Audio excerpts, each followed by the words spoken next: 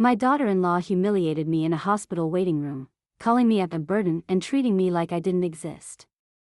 I secretly recorded her cruel neglect and shared the truth with patient advocacy groups. Her world unraveled, leaving everyone stunned. The moment Rebecca called me just a burden and too old to bother with, I felt every eye in the waiting room pivot toward us, though no one dared intervene. I had come to accompany my son Daniel. He'd slipped on a trail and sprained his wrist badly, yet Rebecca, his wife of 3 years, seemed determined to erase me from the narrative entirely. She practically shoved me aside at the reception desk, tossing her perfectly manicured hand at the nurse and demanding expedited care. "She'll be fine out there," I heard her whisper to a passing orderly, her tone venomous enough to make my skin crawl. But I am not invisible. At 75, I've learned how to survive far worse than a daughter-in-law's disdain. I settled into a rigid metal chair, heart pounding not with fear but with a fierce, burning plan.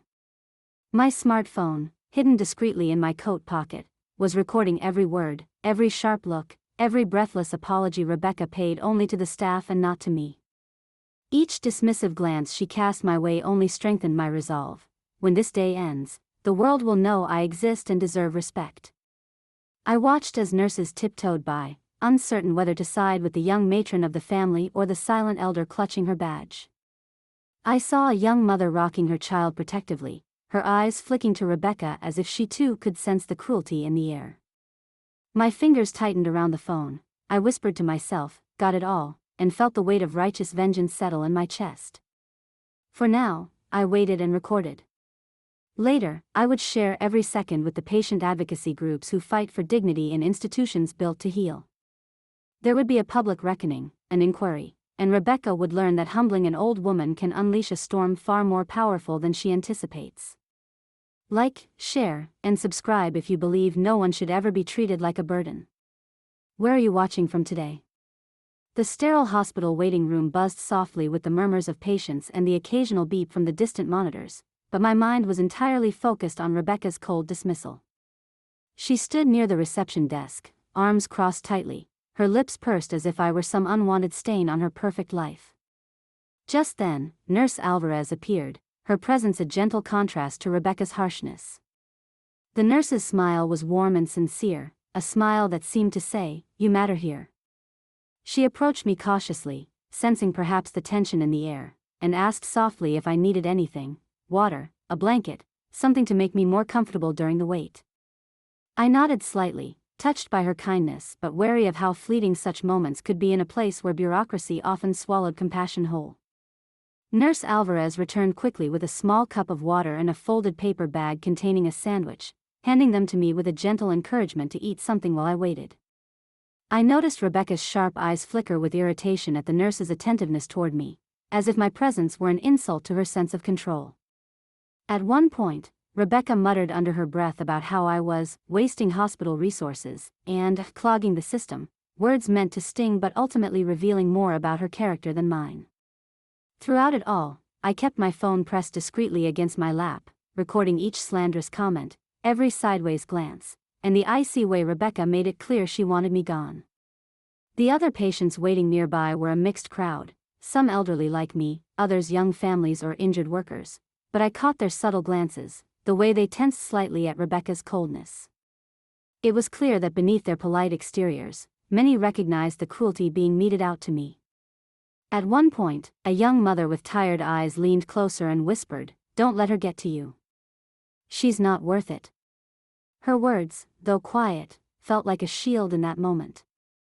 I smiled back weakly but kept my guard up. The hospital was supposed to be a place of healing, yet here I was being wounded by the very people meant to care. Later, Nurse Alvarez came back, this time with a small note she slipped into my hand when Rebecca's back was turned. It simply said, "You're not alone." I clutched that note close and felt a flicker of hope amidst the despair. I knew I had an ally, even if it was only one nurse standing between me and the harsh reality of my daughter-in-law's cruelty. The hours stretched on and Rebecca grew more restless, pacing near the exam room door where my son Daniel was being treated. I overheard her grumble about appointments running late and complained to a receptionist that some people took far too long with their problems, making it harder for others to get care. Each word was a barb aimed at me, and I imagined the receptionist swallowing her discomfort, caught between duty and the cold command of Rebecca's entitlement. My resolve hardened. I had to expose this behavior, not just for myself but for every elderly person treated as an inconvenience or worse. With my phone still recording, I planned my next move: to share this footage with patient advocacy groups and the hospital's ombudsman. No longer would I be silent or invisible. Rebecca's cruelty would be unveiled for all to see, and justice would follow. For now, I sipped the water Nurse Alvarez had brought me, feeling the kindness of a stranger as a balm against the sharp sting of my daughter-in-law's words. I was old, yes, but not broken. And as the afternoon sun streamed weakly through the hospital windows, I whispered quietly, "This isn't over." The hospital corridor stretched ahead, sterile and humming with the faint sounds of distant conversations and hurried footsteps, but for me, it felt like a battleground. After the nurse's quiet gesture of kindness, I knew I wasn't completely alone, yet Rebecca's shadow loomed large, her every action like a cold gust that threatened to extinguish my fragile hope. As I sat in that hard chair, my fingers wrapped tightly around my phone, I scanned the faces passing by, patients burdened with pain, families clutching hands, doctors and nurses moving with purposeful urgency. In their eyes, I searched for an ally, someone who might see beyond the surface and recognize the injustice I was enduring. My gaze settled on a janitor who paused briefly to offer a small, empathetic smile before moving on. It was a subtle connection, but it gave me strength. Hours ticked by, each second thick with tension. Rebecca prowled near the nurse's station, her voice low but sharp as she spoke into her phone, complaining about delays and insinuating that my presence was a hindrance to Daniel's recovery. I caught her words as I discreetly pressed record again, capturing her bitterness like a spider's web that would later trap her in the light of truth. Meanwhile, Daniel seemed caught between worlds, his face drawn and pale but concerned, eyes darting between his mother and me. At one moment, he met my gaze and gave a faint, reassuring nod that spoke volumes. He was sorry I had to endure this, but unsure how to confront his wife. I swallowed the lump in my throat and reminded myself that this fight wasn't just mine anymore. It belonged to all the forgotten elders shoved aside like yesterday's news. The waiting room began to thin out as appointments were called, but Rebecca grew more agitated, pacing back and forth, her voice rising as she barked orders to the receptionist and muttered under her breath about inefficiency and wasted time. At one point, a group of hospital volunteers passed by, their cheerful chatter a stark contrast to the Cold War playing out around me. A young woman with a clipboard paused to ask if I needed assistance, her eyes soft with concern. I shook my head gently but thanked her for her kindness. It was in these brief moments of humanity that I found the courage to carry on. Then, the most unexpected twist of the day unfolded.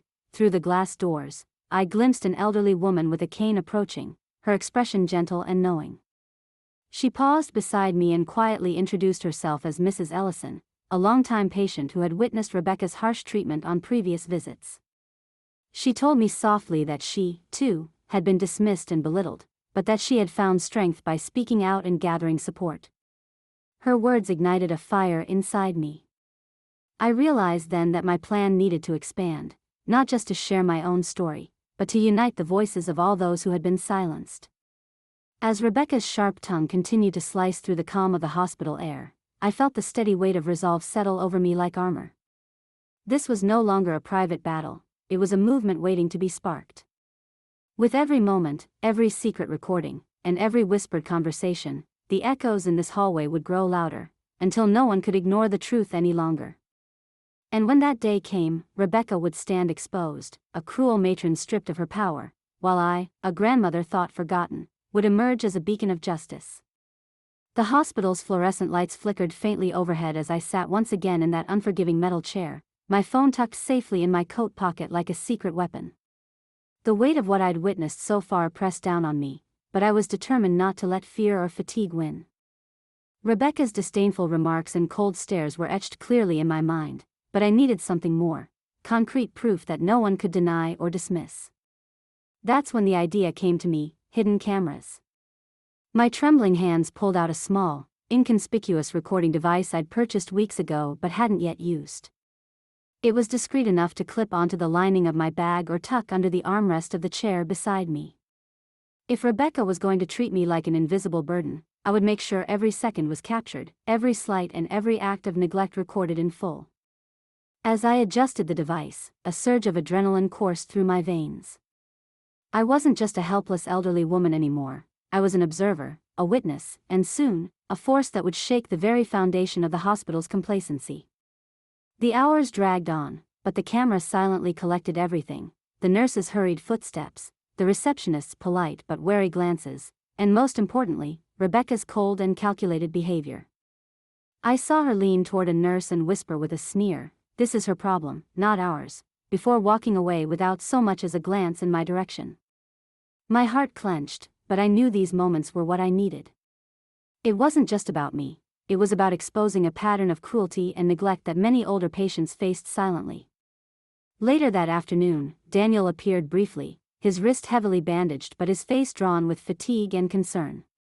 He shot Rebecca a warning look when she barked at the nurse for a faster update, but she ignored him, her focus fixed on minimizing my presence as much as possible. I caught Daniel's eyes and offered a small, grateful smile. I could tell he wanted to intervene, but his loyalty to his wife was complicated, tangled in years of marriage and unspoken promises. That tension made my mission even more urgent. As evening approached, the hospital quieted down, and I slipped out briefly to make a call to a local patient advocacy group.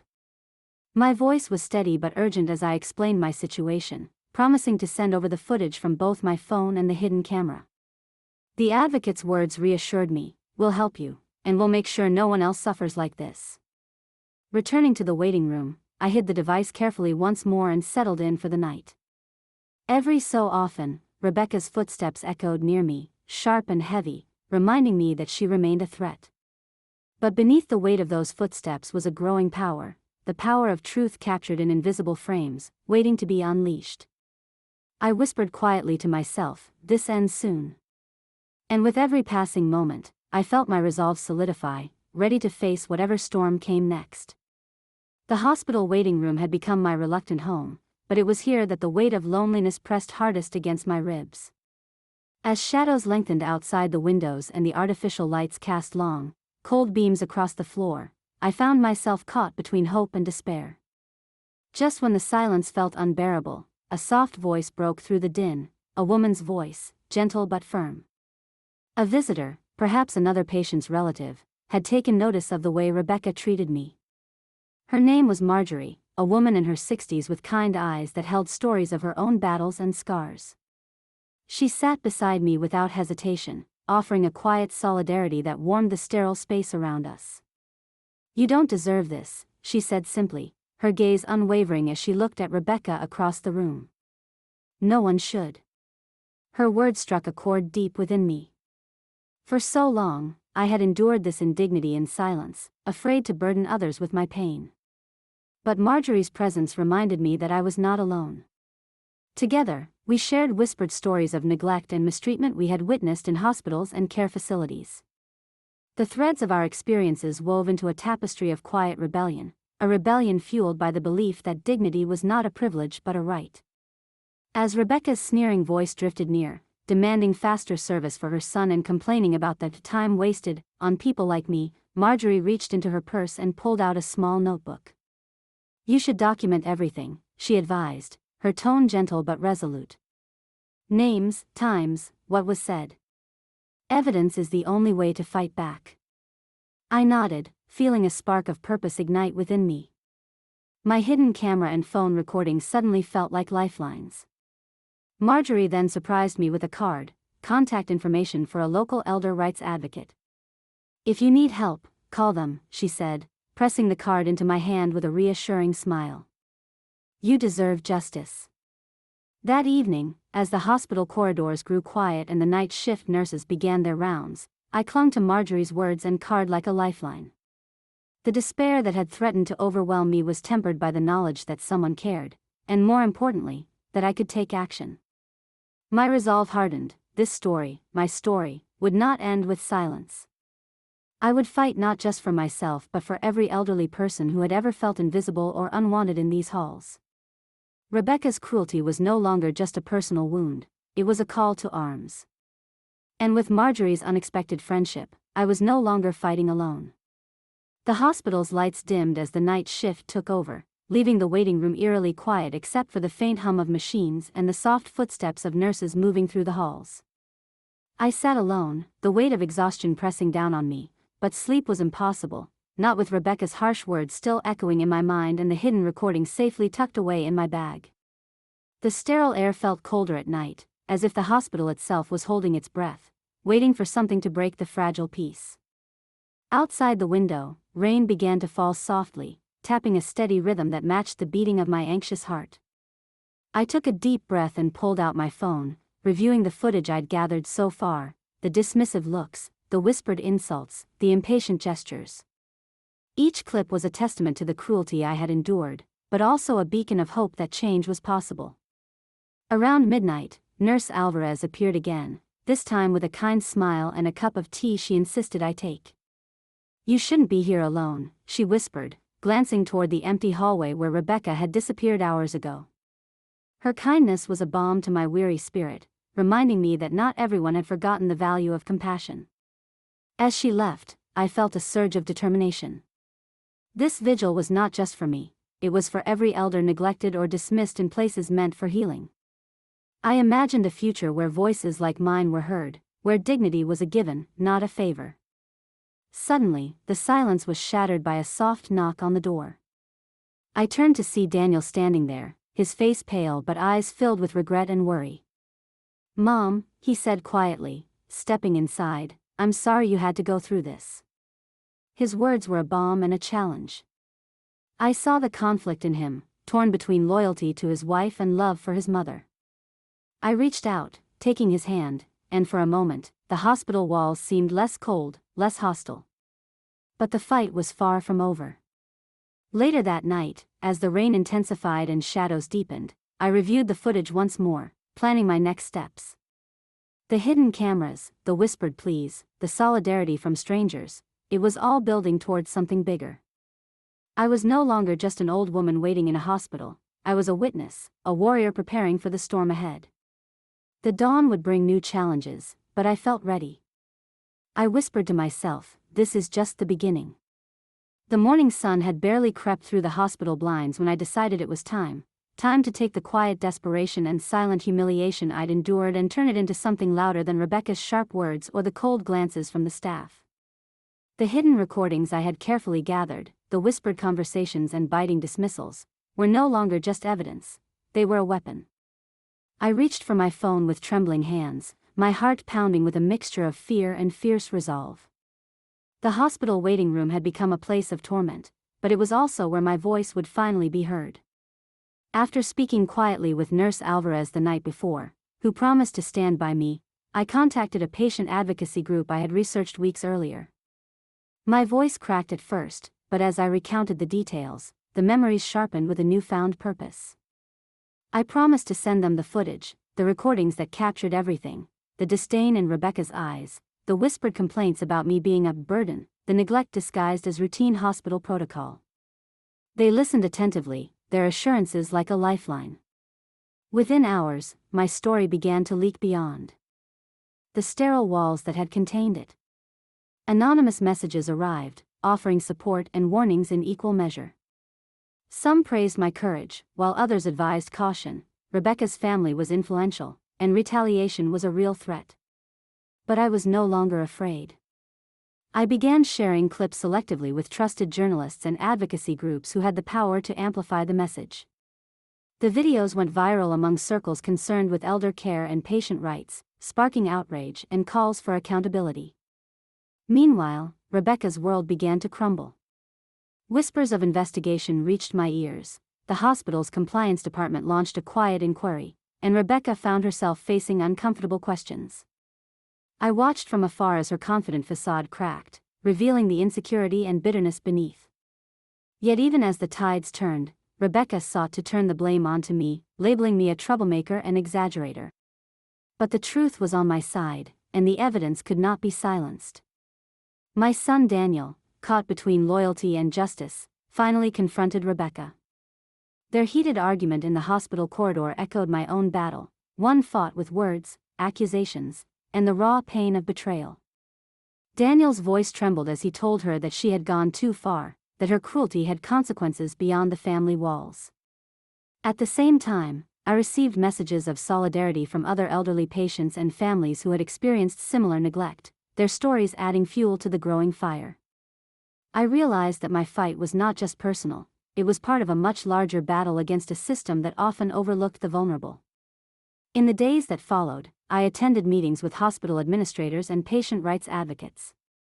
I recounted my experience in detail, the videos playing silently as the room filled with uncomfortable silence. Some staff members looked away, others shifted nervously, but the message was clear: change was overdue. Rebecca's presence grew more isolated, her social standing diminished as colleagues distanced themselves. She no longer had the unchallenged power she once wielded, and for the first time, I saw a flicker of fear in her eyes. Still, the road ahead was uncertain. I knew there would be backlash, legal battles, and attempts to discredit me. But I felt ready. The woman who had been cast aside as a burden had become a beacon of truth and resilience. And as I prepared to face whatever came next, I whispered quietly to myself, "This is justice in motion." The knock on my apartment door startled me in the quiet evening hours.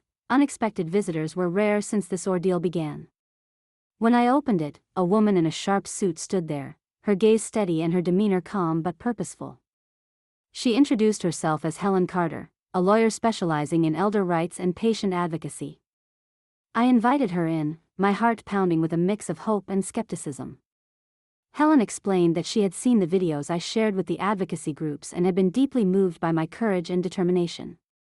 She offered to represent me, to take my fight beyond hospital walls and into the courtroom if necessary. We talked for hours as I recounted every detail: Rebecca's cruel words, the dismissive glances from staff, the moments of kindness from Nurse Alvarez, and most importantly, the evidence I had gathered through recordings and hidden cameras. Helen listened intently, taking notes and asking thoughtful questions that made me feel heard and understood. Her presence was a balm to the deep wounds of isolation I had felt, and for the first time in weeks, I allowed myself to imagine a future where justice might prevail.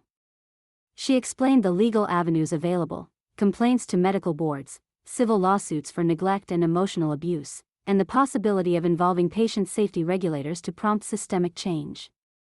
Helen warned me that the battle would be arduous, that Rebecca and perhaps others might fight back fiercely.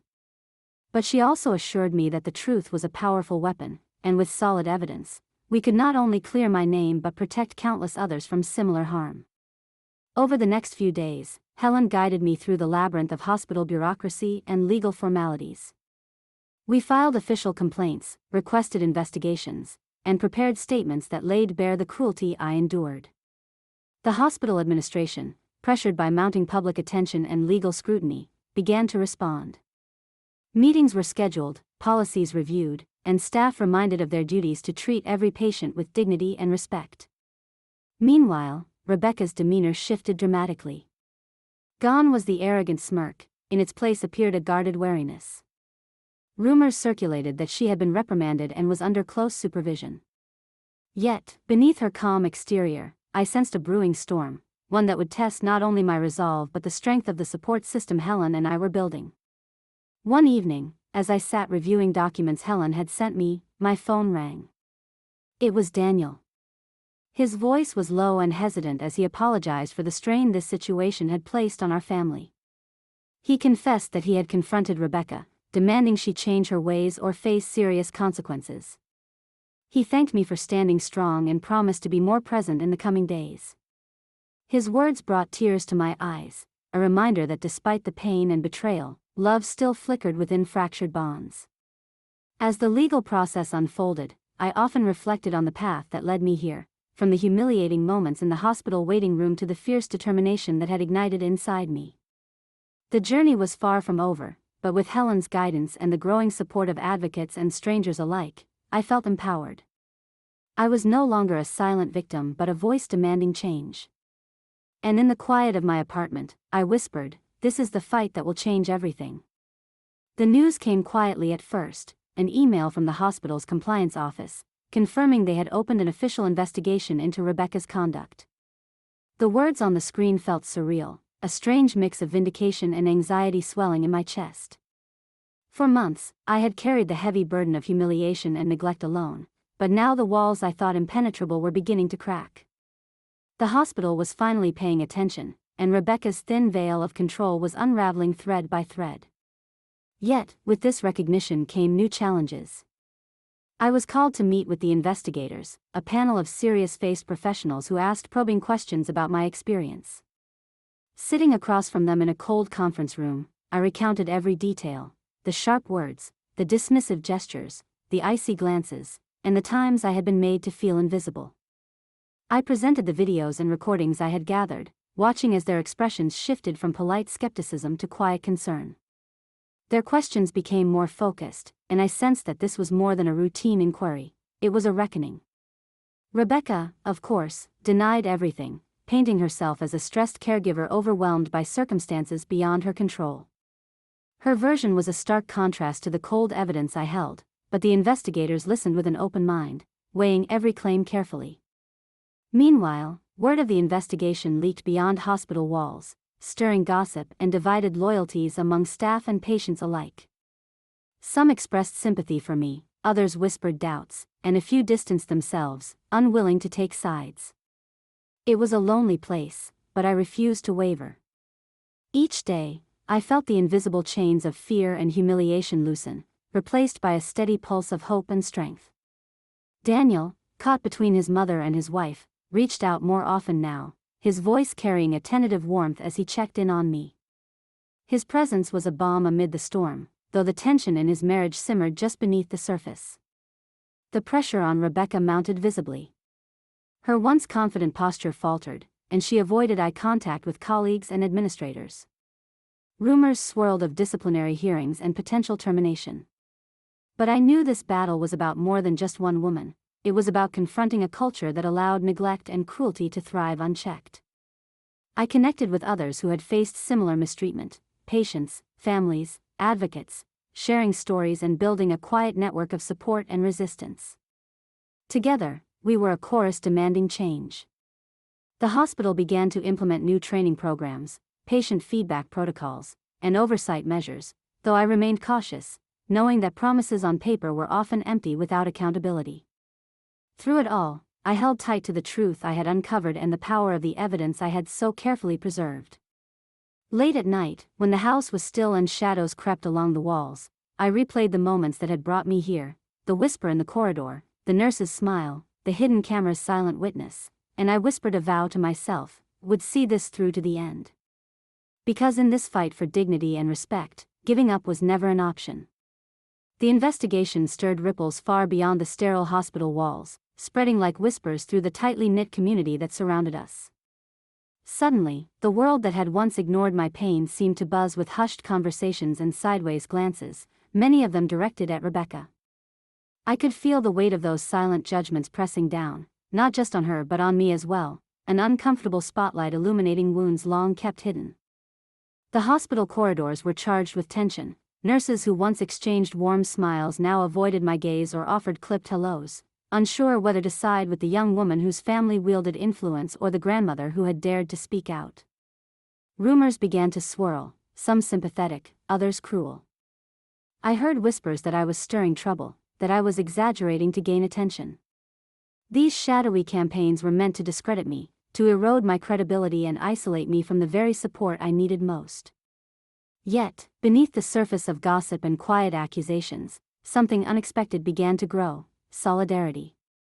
Patients who had previously suffered in silence reached out through discreet notes and whispered messages, sharing their own stories of neglect and abuse.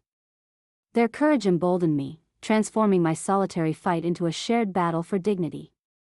Social media became an unlikely battleground as well, with videos of Rebecca's callous behavior circulating among advocacy groups and concerned citizens.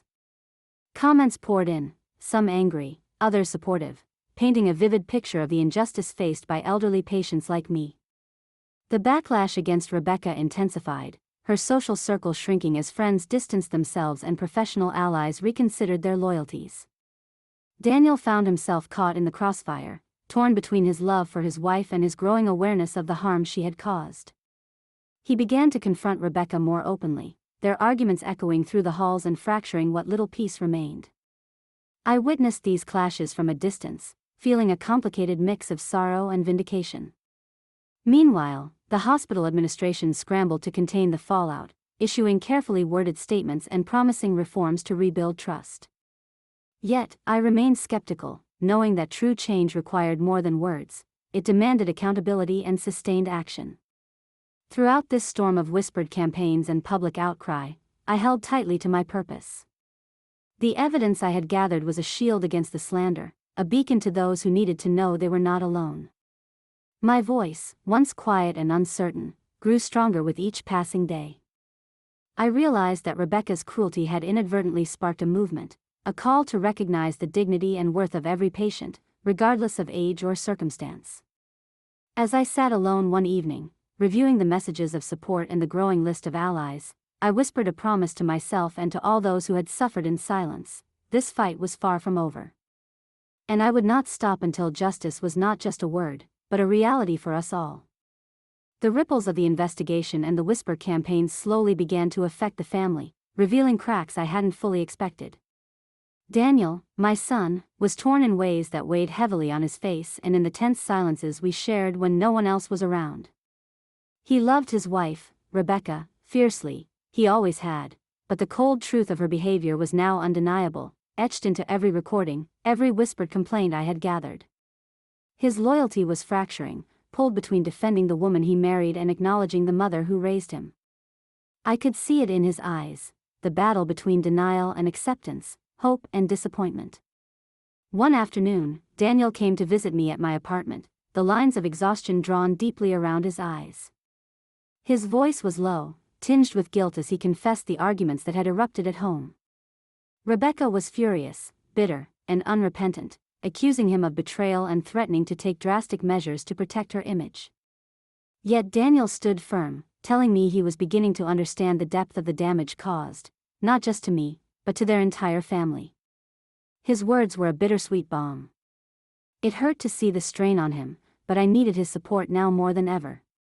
Our conversations became more frequent, and slowly, a fragile bridge began to form between us. Meanwhile, Rebecca's isolation grew more pronounced.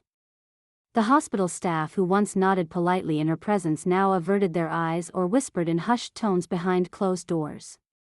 Her social media accounts faced sharp criticism, with comments exposing her cruelty to a wider audience. Yet, she refused to admit wrongdoing, clinging to her version of events with desperate conviction. One evening, I overheard a heated phone conversation where Rebecca threatened legal action, not against me, but against the hospital for allowing the investigation to proceed. It was a clear sign of her desperation, and it only strengthened my resolve. At the same time, unexpected allies emerged. A few family members who had previously stayed silent reached out to offer quiet support, acknowledging the pain I had endured and expressing a desire to help mend fractured bonds. These small gestures reminded me that even in the darkest times, hope could be found. Throughout this turbulence, I held fast to the knowledge that the truth was on my side. The recordings, the testimonies, the growing chorus of voices speaking out, all were pieces of a puzzle that would ultimately reveal the whole picture. I found solace in the support of patient advocacy groups and legal counsel, who reminded me daily that I was not alone in this fight. As the days passed and the investigation deepened, I sensed that the family's fractures would never fully heal unless Rebecca faced consequences and change was truly embraced. But I also knew that healing was possible, that fractured loyalties could someday be mended if honesty and respect replaced denial and cruelty.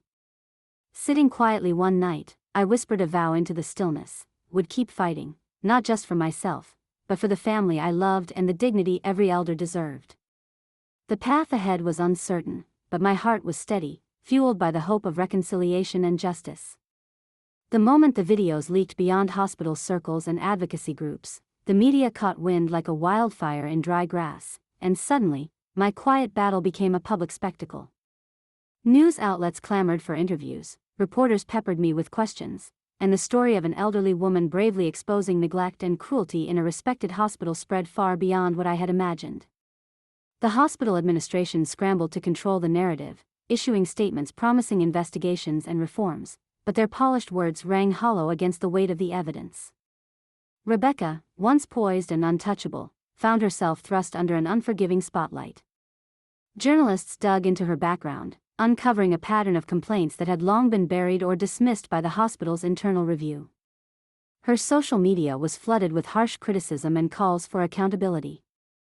The public outcry was loud and relentless: calls for better elder care, harsher consequences for abuse, and systemic changes to protect vulnerable patients gained momentum.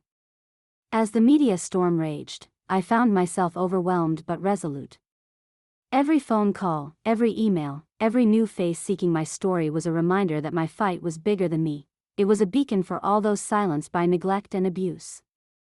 I began to speak at community meetings and advocacy forums, sharing my experience to raise awareness and inspire change. Yet amidst the newfound attention came the inevitable backlash. Online trolls and detractors accused me of exaggeration or ulterior motives, trying to muddy the waters and discredit my story. Some former colleagues of Rebecca reached out with veiled threats, and whispers of lawsuits circulated.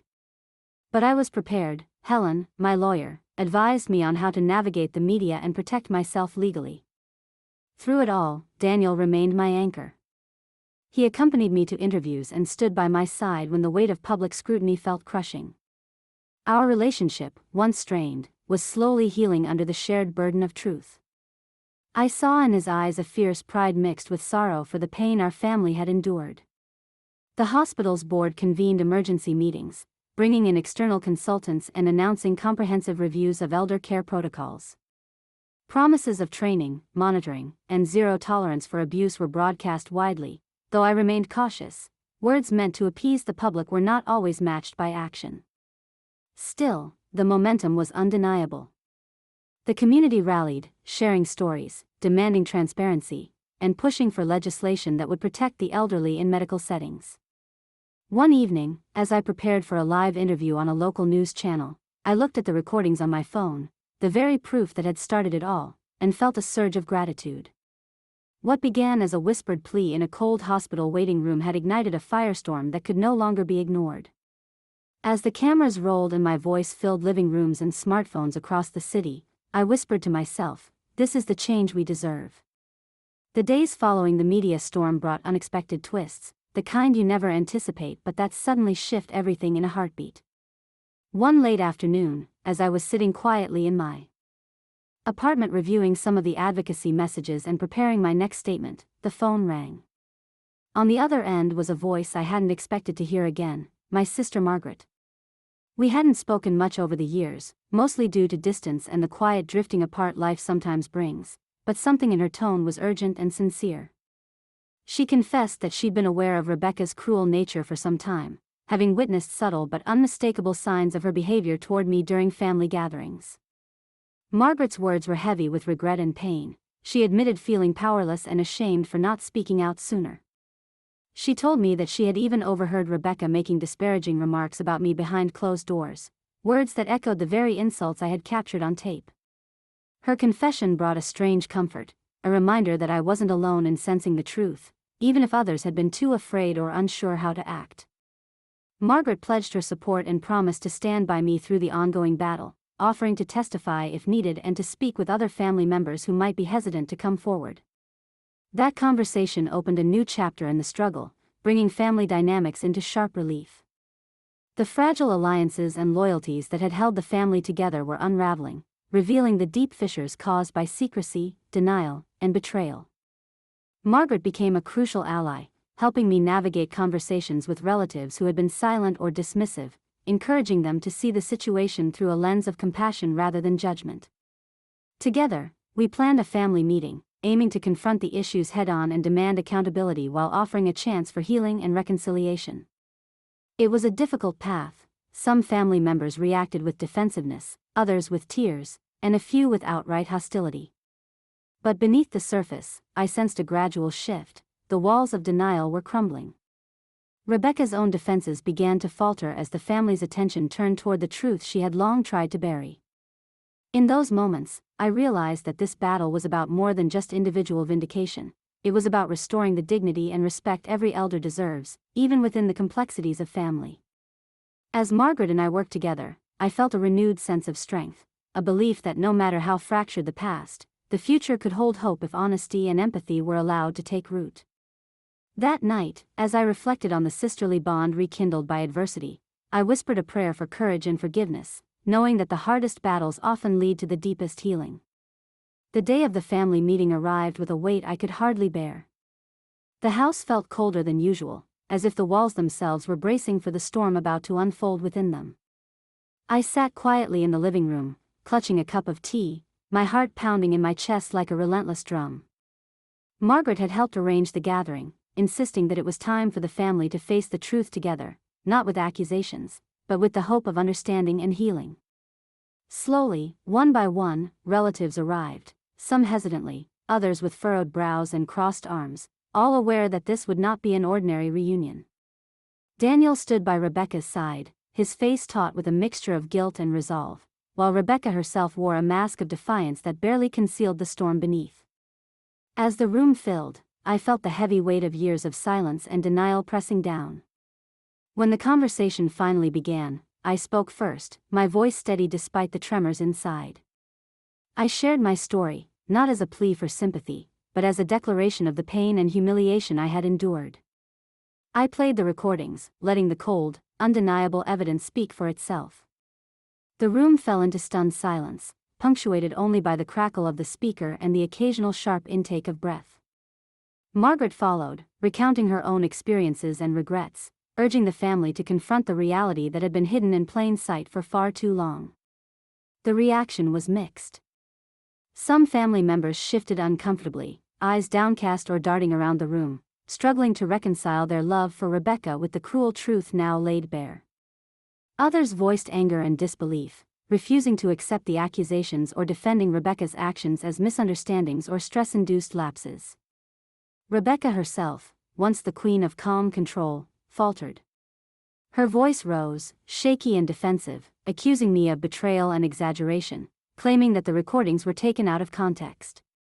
But I stood firm, knowing that my truth was anchored in fact and fortified by the support of those who had witnessed the reality alongside me. Daniel, caught in the crossfire, pleaded for peace, his voice thick with emotion as he asked his mother and wife to find a way forward together. The family meeting became a crucible of raw emotions, grief, anger, regret, and, beneath it all, a yearning for reconciliation. As hours passed, the walls of denial began to crumble, replaced by hesitant admissions and tentative apologies. Slowly, the family began to see that healing would require more than words. It would demand action, accountability, and a commitment to change. In the days that followed, plans were made for counseling and mediation, and the family started to rebuild fractured relationships on a foundation of honesty and respect. I found unexpected strength in these moments of vulnerability, realizing that my fight was not just against cruelty but for the restoration of trust and love. Late one evening, as the house grew quiet and the tension eased, I sat by the window reflecting on the meeting's impact. The road ahead was still uncertain and fraught with challenges, but for the first time in a long while, I felt a flicker of hope, a fragile but persistent light guiding me forward. I whispered softly, a prayer mingled with resolve, "May this be the beginning of our healing." The days following the family meeting were filled with a strange mixture of tension and tentative hope. Conversations that had once been avoided suddenly became unavoidable, and I felt the weight of years of silence slowly beginning to lift. But even in the midst of this fragile progress, there were moments when the old wounds threatened to reopen, raw and painful. One such moment came unexpectedly, in the quiet of my own kitchen. I was preparing a simple dinner when a sudden wave of exhaustion and sorrow washed over me, heavier than any physical pain I had felt. The memories of humiliation, neglect, and loneliness crashed down with brutal force. Tears pricked at the corners of my eyes, blurring my vision as I leaned against the counter, trying to steady my breath. It was in that vulnerable moment that Daniel walked in, sensing immediately that something was wrong. Without hesitation, he crossed the room and took my hands in his grip firm yet gentle. His eyes searched mine, full of concern and an unspoken apology for the part he had played in allowing the suffering to continue for so long. I let myself lean on him, allowing the flood of emotions to wash through me. It was the first time in weeks that I allowed myself to be truly vulnerable, and it felt both terrifying and freeing. Daniel spoke softly, reminding me that I was not alone, that the fight we were engaged in was bigger than any one of us, and that he was committed to standing by my side. His words were a balm to my aching heart. As we sat together, I felt a flicker of something I hadn't dared to feel in a long time: hope. But the moment of weakness was also a reminder of the long road still ahead. The scars ran deep, not only in my heart but in the fabric of our family. Rebecca's presence loomed large, and her resistance to change threatened to undo the fragile progress we had made. Yet, in that quiet kitchen, surrounded by the familiar smells of home, I found a renewed strength. The support of my son and the growing network of allies gave me the courage to face the challenges ahead. I vowed silently to myself that no matter how hard the journey became, I would not let despair take hold again. I was a survivor, a witness, and a voice for those too often silenced.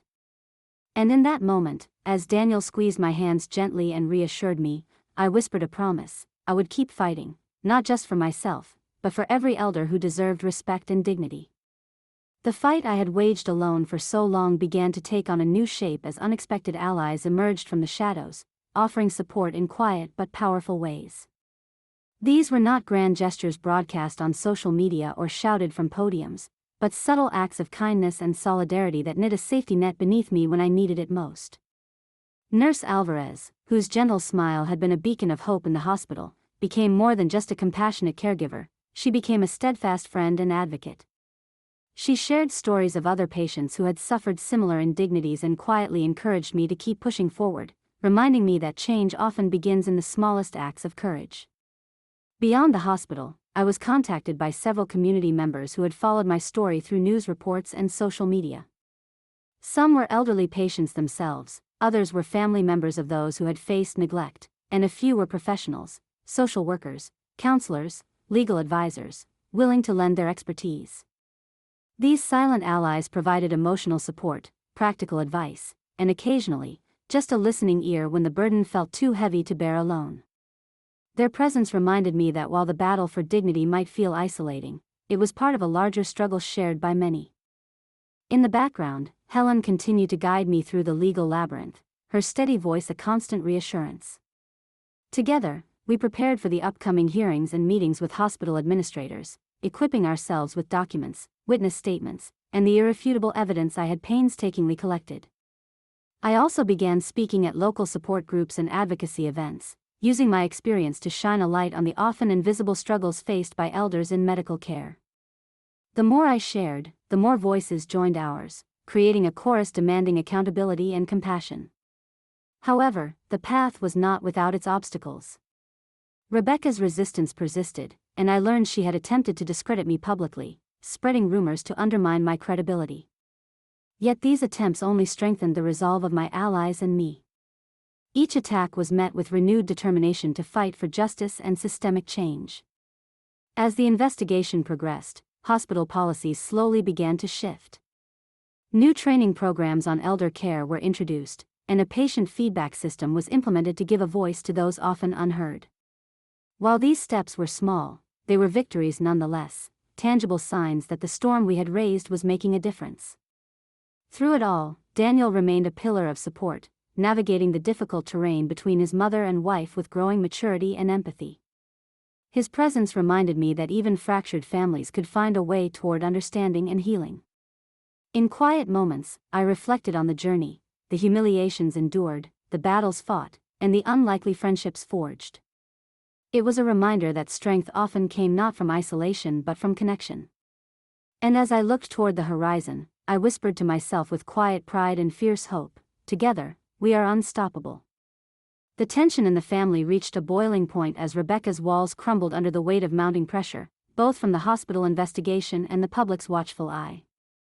The woman who once wielded control like a weapon now seemed vulnerable, her confident facade replaced by desperation and anger. It was Daniel who finally stepped forward, taking a stand that shocked everyone, including himself. One evening, in a quiet room away from prying eyes, he confronted Rebecca with an ultimatum: change her ways or risk losing everything she held dear, the respect of the family, her position in the hospital community, and most painfully, his love and support. The conversation was raw and emotional, filled with accusations and denials, tears and raised voices. Rebecca's pride made her resist, but Daniel's resolve was unyielding. He told her that her cruelty was not only harming me but tearing apart the family's fragile bonds. That night, I lay awake listening to the distant echoes of their argument, feeling a strange mix of sorrow and cautious hope. The ultimatum marked a turning point, a challenge that Rebecca could not ignore without risking complete isolation. In the days that followed, subtle changes began to appear.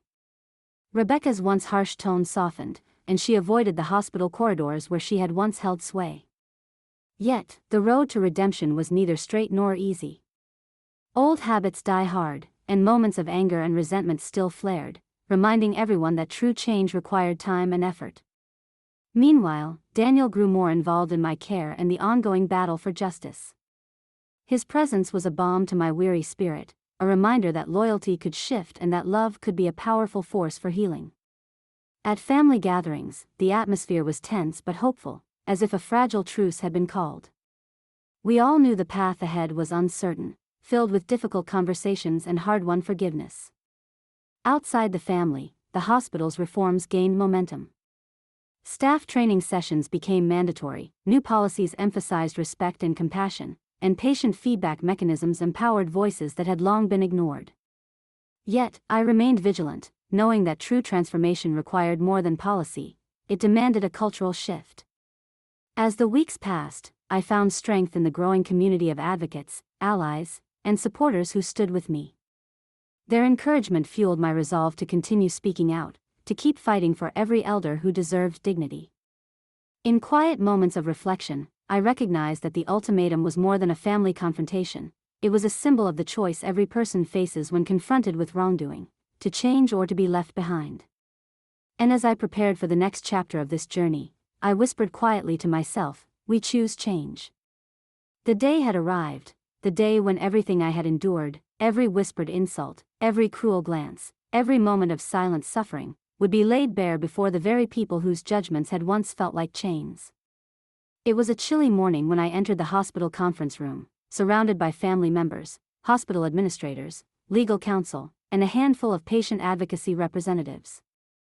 The atmosphere was thick with anticipation, tension woven through every breath. My heart hammered in my chest, but beneath the nerves was a fierce determination. Today was not just about my story, it was about exposing the truth, about demanding accountability, and about reclaiming dignity for every elder who had suffered in silence. As the meeting began, I was given the floor to speak first. My voice was steady, carrying the weight of years of pain but also of hope. I recounted my experience in detail, describing the humiliations I had faced in the hospital waiting room, the cold neglect, and the venomous words of Rebecca, my daughter-in-law. I played the recordings, videos and audio captured with painstaking care, letting the undeniable evidence do its work. The room grew silent as faces shifted, some showed shock, others disbelief, and a few reflected deep shame. Rebecca sat rigid, her usual bravado stripped away under the unflinching gaze of truth. She attempted to interrupt once or twice, but the room's moderator firmly maintained order. The hospital administrators listened intently, their expressions a complex mix of concern and defensiveness. This was no longer a private family matter, it was a systemic issue demanding action. After my presentation, Margaret stood to speak, her voice calm but resolute. She detailed her own observations and regrets for not having acted sooner, emphasizing the importance of confronting uncomfortable truths to heal. Other family members followed, some expressing sorrow and support, while others grappled with the painful reality revealed. The highlight of the meeting came when Nurse Alvarez was called to testify. Her unwavering support and testimony about the subtle but pervasive neglect she had witnessed added weight to the case. Her courage inspired others in the room to acknowledge the need for change. As the session drew to a close, the hospital's chief administrator addressed the group, acknowledging the failures and committing to concrete reforms, mandatory training on elder respect, increased oversight, and improved patient feedback systems. These promises were met with cautious optimism. Change, after all, would require sustained effort beyond words. In the days that followed, word spread of the meeting's revelations. The community rallied behind the call for justice and compassion. Local media highlighted the story, and advocacy groups intensified efforts to ensure that such neglect would never be overlooked again. Through it all, I felt a profound sense of release. The burden of silence was lifting, replaced by a growing conviction that my pain had not been in vain. I found solace in the knowledge that speaking my truth had sparked a movement toward dignity and respect. Yet, I also knew the journey was far from over. Healing, both personal and systemic, would take time, patience, and unwavering commitment. But as I looked toward the horizon, I felt a flicker of hope stronger than ever before. That night, as I sat by the window watching the stars emerge, I whispered a promise into the quiet air: this is only the beginning. The days leading up to the verdict were some of the hardest I had ever faced, filled with a restless energy that rippled through every moment, every breath. The weight of anticipation pressed on me like a heavy cloak, and sleep became a rare visitor. Each morning, I awoke with a flutter of hope mingled with fear, hope that justice would finally be served, and fear that the long struggle might end in disappointment. Family gatherings became subdued, conversations careful and measured as if speaking too loudly might shatter the fragile calm. Daniel's visits grew more frequent, his presence a quiet comfort amidst the storm. He was a changed man, no longer the conflicted son caught between love and loyalty, but a steadfast supporter, standing by my side with unwavering resolve. The hospital, meanwhile, prepared for the outcome of the investigation, its administration grappling with the fallout and the public scrutiny that refused to fade. I found strength in the community of advocates who surrounded me, friends, strangers, nurses like Alvarez, each offering words of encouragement and solidarity. On the eve before the verdict, I sat alone in my living room, reviewing the recordings that had been my shield and sword throughout this battle. The voices and images were a vivid reminder of the pain endured, but also of the power of truth.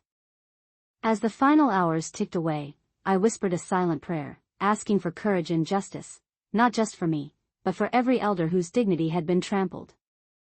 When the day arrived, the courtroom was packed with family members, hospital officials, lawyers, and reporters. The atmosphere was electric, charged with expectation and the weight of years of hidden suffering. The judge's voice was steady and clear as the verdict was read, outlining the findings of neglect and abuse, and ordering sanctions against those responsible, including Rebecca.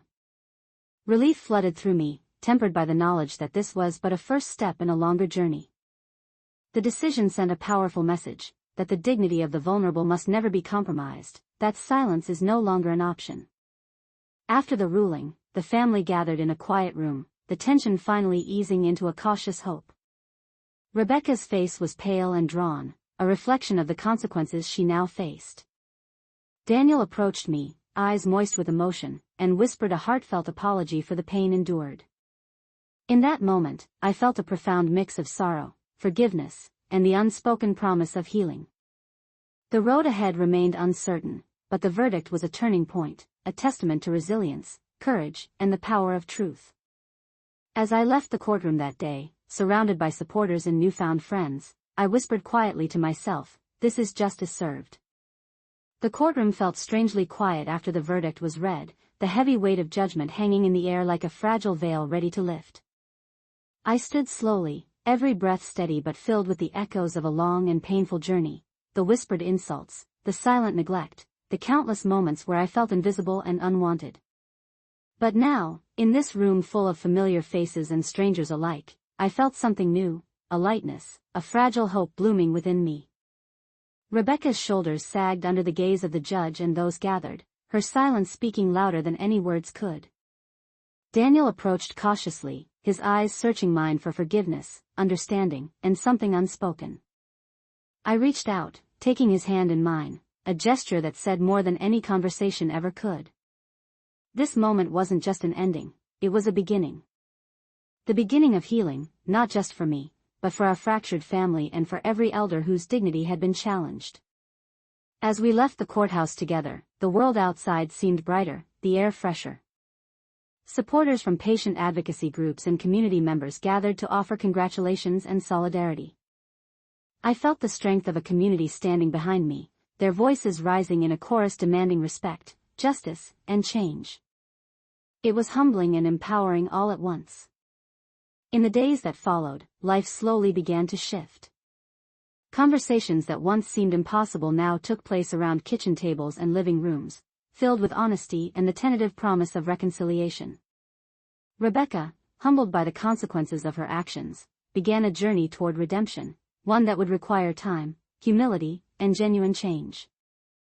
Daniel stood firmly by my side, his loyalty renewed and deepened by the trials we had faced together. I found myself opening doors I thought long closed, family dinners, shared stories, and quiet moments of forgiveness that patched the holes left by years of silence and pain. Throughout it all, I remained committed to the cause that had sparked this transformation. I continued to speak out, advocating for elder rights and dignity in medical care, knowing that my voice could be a beacon for those still suffering in silence. And as the sun set each evening, I whispered softly to the sky, "This is our new beginning." To everyone listening, thank you for standing with me through this journey.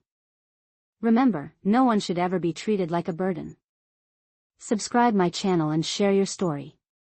Where are you watching from today? Together, we will build a world where every voice is heard, every life respected, and every elder honored.